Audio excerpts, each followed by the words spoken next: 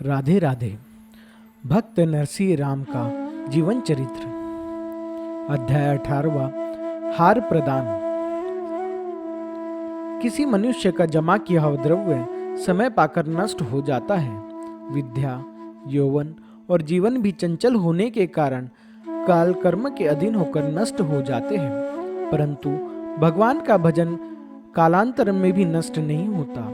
उसका फल यदि इस जन्म में भी ना मिले तो जन्मांतर में चक्रवृद्धि व्यजन के साथ मिलता है, परंतु मिलता जरूर है, बेकार नहीं जाता। भक्तराज की इस विश्वास को हृदय में रखकर भगवान भजन कर रहे थे, परंतु यह बात रह कर उनके हृदय में खटक रही थी कि मेरे प्रिय राग केदार तो 60 रुपए में बंधक पड़ा हुआ है, उसके बिना भगवान का आह्वान कैसे करूंगा। उन्होंने भगवान का ध्यान करने की बहुत चेष्टा की, परंतु इस बात के लिए उनके चित्त विहाल हो उठता था। दिव्य वैकुंठ धाम में भगवान श्री कृष्ण सो रहे थे और जगन माता लक्ष्मी जी पाद सेवन कर रही थी। आधी रात के समय भगवान एकाएक जाग उठे और मानो कहीं जाने की तैयारी करने लगे। इस प्रकार सहसा उन्हें तैयार होते देख श्री लक्ष्मी जी सहित समस्त पारदर्शों को बड़ा आश्चर्य हुआ।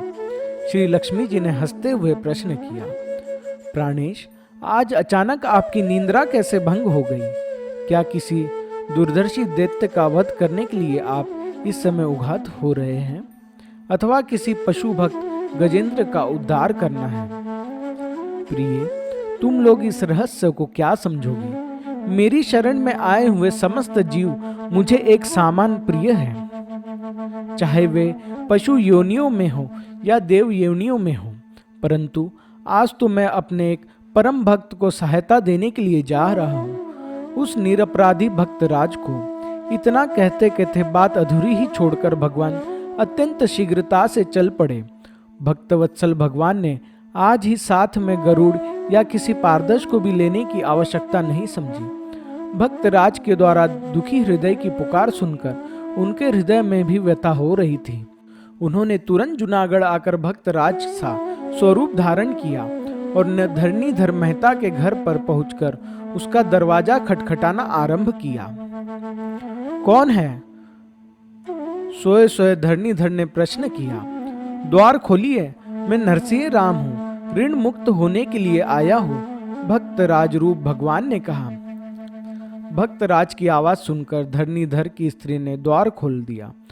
भक्तराज स्वरूप भगवान के सामने आने पर धरणीधर ने नमस्कार किया और कहा, भक्तराज, इतनी कौन सी जल्दी थी कि आपने इस समय कष्ट किया? अगर कुछ दिन रुपए रह भी जाते तो कोई हर्जा नहीं था। भाई, यह तो ठीक है, परंतु जब एक उधार ग्रस्त से रुपए मिल गए तब उसे घर पर रखने से क्या ही लाभ।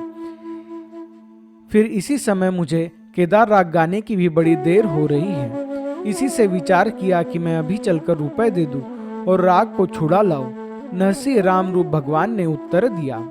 भगवान ने इतना कहकर धरणीधर के सामने 60 रुपए रख दिए। धरणीधर ने रुपए गिनकर रख लिए और नरसिंह राम के प्रतिज्ञा पत्र पर भरपाई लिखकर उसे भगवान को दे दिया। प्रतिज्ञा पत्र लेकर भगवान राजमहल के मंदिर में आए, जहां व्यथा हृदय भक्तराज एकाग्रचित भगवान भागवत भजन और ध्यान कर रहे थे। भगवान ने अंतरिक्ष से उस पत्र को भक्तराज के सामने गिरा दिया, परंतु इस बात को भक्तराज के अतिरिक्त और किसी ने नहीं देखा। भक्तराज ने पत्र सामने गिरता देख कौतूहलवश उसे उठा लिया। उन्होंने जब यह देखा कि यह तो मेरा ही प्रतिज्ञा पत्र है, तब तो उन्हें बड़ा विस्मय हुआ। फिर उन्होंने उस पर के नवीन अक्षरों को पढ़ा। उसमें लिखा था, आज आधी रात को जागकर नरसिंह राम जी ने मेरे पुढ़े 60 रुपए चुका दिए हैं, अतएव मैंने भरपाई लिख दी है। अब वह केदार राग प्रेम से गा सकते हैं। धरणीधर राय। पत्र पढ़ते पढ़ते भक्तराज के नेत्रों में प्रेमाश्रु झलक पड़े, कंठ भर आया, शरीर में रोमांच हो आया। उन्होंने सोचा, यह कार्य भी भगवान का ही कार्य है। वह प्रेम में उन्मत्त होकर नाचने लगे और उनकी इस स्थिति को देखकर वहां उपस्थित लोग नाना प्रकार की कल्पनाएं अपने मन में करने लगे। अनंतराय ने कहा, देखो, अब पोल खुल जाने के भय से यह पागल बनने का दंभ कर रहा है। सारंगधर ने कहा, प्रातःकाल होते ही राजा की तलवार से अपने आप उसका पागलपन दूर हो जाएगा। परंतु भक्तराज ने इन सब बातों से क्या प्रयोजन था? उनके दिल में तो अनायास प्रतिज्ञा पत्र प्राप्त हो जाने से भगवान के प्रति अनन्य प्रेम उमड़ पड़ा था। भगवान के हृदय में जैसे शूद्र जीव के लिए भी स्थान है, इसी विचार ने उन्हें पागल बना दिया था और वे बेसुध होकर प्रेम वृष में नृत्य कर रहे थे। उन्हें यह सब भी स्मरण ही नहीं था। अब प्रातःकाल में कुछ ही क्षण शेष रह गए। भक्तराज पागलपन दिखाते दिखाते तो सवेरा हो आया। अब इस अनंत मुहूर्त में यदि आपके कंठ में हार नहीं पड़े, यह नित्य आपकी रक्षा नहीं कर सकता। इन फालतू बातों में क्या रखा है? शीघ्र शर्त पूरी की जाए। राजा मांडलिक ने भक्तराज को सचेत करते हुए कहा। राजा सत्ता सूचक आवाज सुनकर भक्तराज प्रेम समाधि से जाग उठे। उस समय पूर्व दिशा में अरुणोदय होने जा रहा था। पक्षीगण जागृत होकर अपने कलरव से सूर्य भगवान का आह्वान कर रहे थे। भक्त को हृदय स्थित नटखट नटवर की मनोरम मूर्ति मंद मंद हंस रही थी। भक्तराज ने मन में विचार किया कि राजा का कथन ठीक ही है। मैं तो भगवान के विश्वास पर बैठा हूँ, परंतु न मालूम वह क्या विचार कर रहे हैं। क्या इसमें समय तक वे निंद्रा में ही मग्न पड़े होंगे, या इस प्रेम यज्ञ में वो मेरे बलिदान लेना चाहते हैं? इस प्रकार विचार करते करते उनके नेत्रों से अश्रु प्रभाव चलने लगे। उन्होंने अपनी करताल संभाली और केदार राग में प्रेम पूर्वक भजन गाना शुरू कर दिया। उस भजन का भाव इस प्रकार था। दयालु देव, क्या आपकी प्रतीक यही फल मिलेगा? परंतु मेरा तो निश्चय है कि मेरी गर्दन अपेक्षा आपकी लाज का मूल्य कहीं अधिक है। भगवान, शास्त्र पुराणों में आपकी महान उदारता देखने हुए कहा गया है कि आपने एक मुट्ठी तांदुल के बदले सुदामा को कंचन का महल बनवा दिया था। एक धागे के बदले द्रौपदी को 99 चीर प्रदान करके उसकी लाज बचाई थी। कुंभज का चंदन ग्रहण कर उस पर अनुपम सुंदरी बना दिया था और गोप बालकों को गोवर्धन न्याय स्वीकार कर उनकी रक्षा के लिए निमित्त 7 दिन पर्यंत अपनी कनिष्ठ उंगली पर गोवर्धन गिरी उठाने का कष्ट उठाया था। तो क्या मेरी इस बार पुष्पहार के लिए आप कृपाण बन जाएंगे? परमात्मा, राजा का कहना ठीक है।